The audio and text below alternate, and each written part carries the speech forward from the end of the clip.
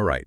Ready to explore a hidden world. It's right there at your fingertips. Or, well, maybe I should say eyelashes. Yeah, today we're diving deep, deep into the world of eyelash mites. It's way more complex than you might think. Definitely. It really is amazing when you think about it. I mean, these tiny creatures are just living on us, completely invisible, and most of the time we don't even know it. Yeah, it's a good reminder that there's this whole microscopic life happening all around us. Okay, so for anyone listening who's completely new to this, what exactly are eyelash mites? So they're these tiny little critters. They're called Demodex mites. And believe it or not, they're actually arachnids. Or arachnids? Yep, like spiders and ticks. But these guys, they're incredibly small. We're talking like only about a third of a millimeter long, practically transparent. You wouldn't even be able to see them without a microscope. Wow.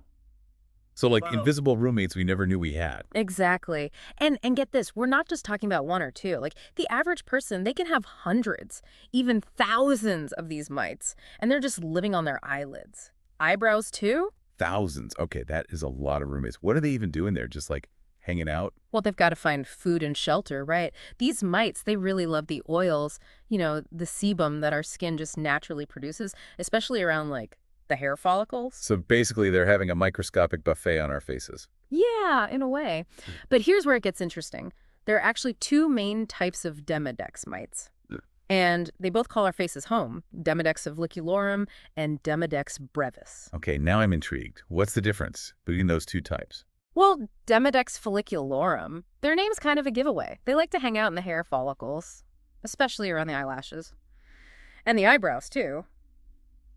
But Demodex brevis, they're a little more adventurous. They burrow down deeper into the sebaceous glands. So one type wants the penthouse suite up in the follicle, and the other one's all about that basement apartment down in the sebaceous glands. Ah, that is a great way to put it. And that actually matters because where they live, it can actually affect what kind of problems they cause. If their population gets a little out of control. Okay, that makes sense. So we've got these two types of microscopic roommates just living it up on our faces, snacking on our oils. Kind of strange, but you're saying it's mostly harmless, right? Right. In fact, there are some scientists that think Demodex mites, they might actually be beneficial to our skin's ecosystem. Wait, really? Beneficial how? You've got to tell me more. Beneficial how? You've got to tell me more. So think about it. They're always there, cleaning up dead skin cells, excess oil, almost like tiny little vacuum cleaners for our pores. Okay, yeah. That is a much more appealing way to think about it. So instead of being harmful, they might actually be helping us out, contributing to a healthier complexion. Yeah, exactly. There's even been some research suggesting they might actually play a role in regulating the bacteria on our skin too, keeping things balanced. Yeah. But of course, there's still a lot more research that needs to be done on that. But it's a pretty fascinating idea. It really is. It just goes to show how much we still don't know about the microscopic world and how it impacts our health. But speaking of impact, I know that sometimes these little roommates, they cause problems, right? Mm-hmm.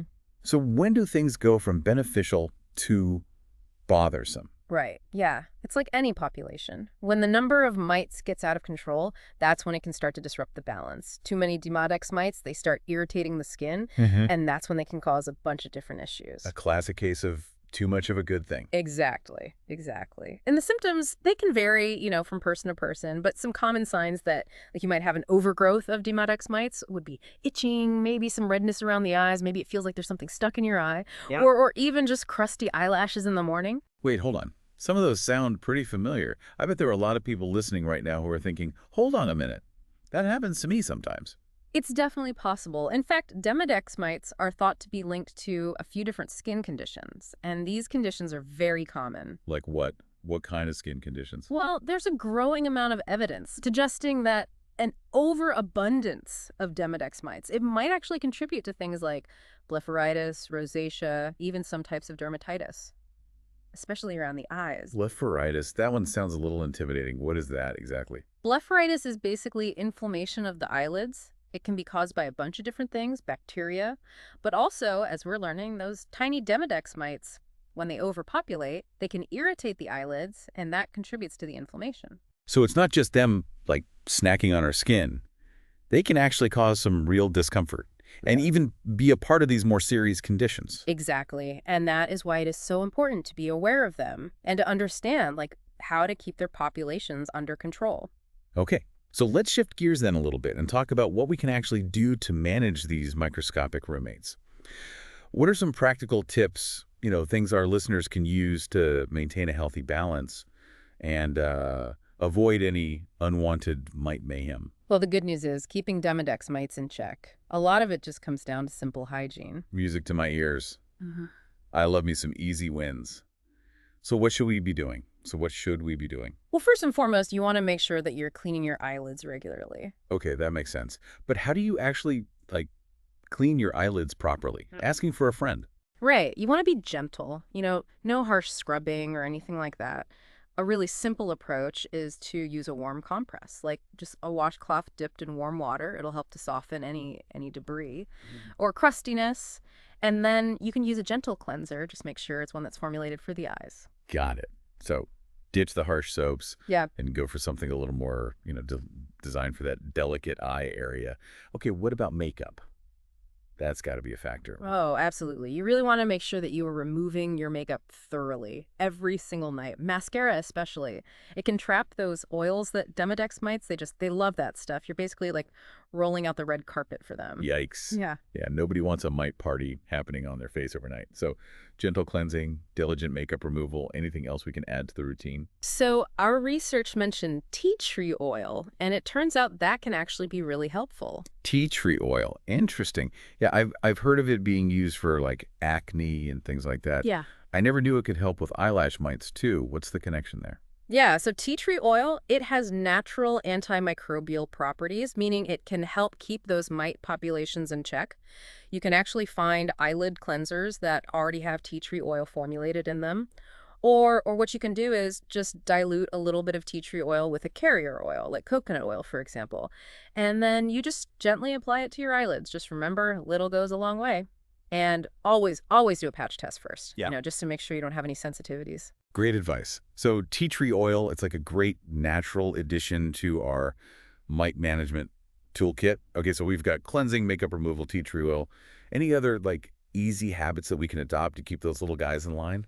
One of the simplest things, and a lot of people don't think about it, but you really want to try to avoid touching or rubbing your eyes excessively, especially with unclean hands. Oh, that is so true. Yeah. It's such a common habit, but it makes total sense. I mean, we're probably transferring all kinds of things to our eyes without even realizing it. Exactly. It's all about being mindful, of those little habits that can impact the balance of our skin's microbiome. This has been incredibly eye-opening, no pun intended. I think we all learned a lot more about our fascinating little roommates than we ever expected to.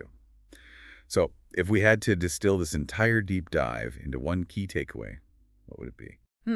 I think the biggest takeaway here is that knowledge is power. Right now that you understand that these mites exist, what they do, and how to keep them in balance, you can take control of your eye health. And of course, if you are experiencing any kind of persistent issues, don't hesitate to consult with an eye doctor. Absolutely. Yeah. When in doubt, always err on the side of caution when it comes to our health. And on that note, we will leave you with this thought-provoking question. If something as seemingly insignificant as an eyelash mite can have such a big impact on our well-being, what other hidden wonders are waiting to be discovered in the vast and intricate ecosystem of our bodies? Until next time, keep those eyelashes clean and those minds curious.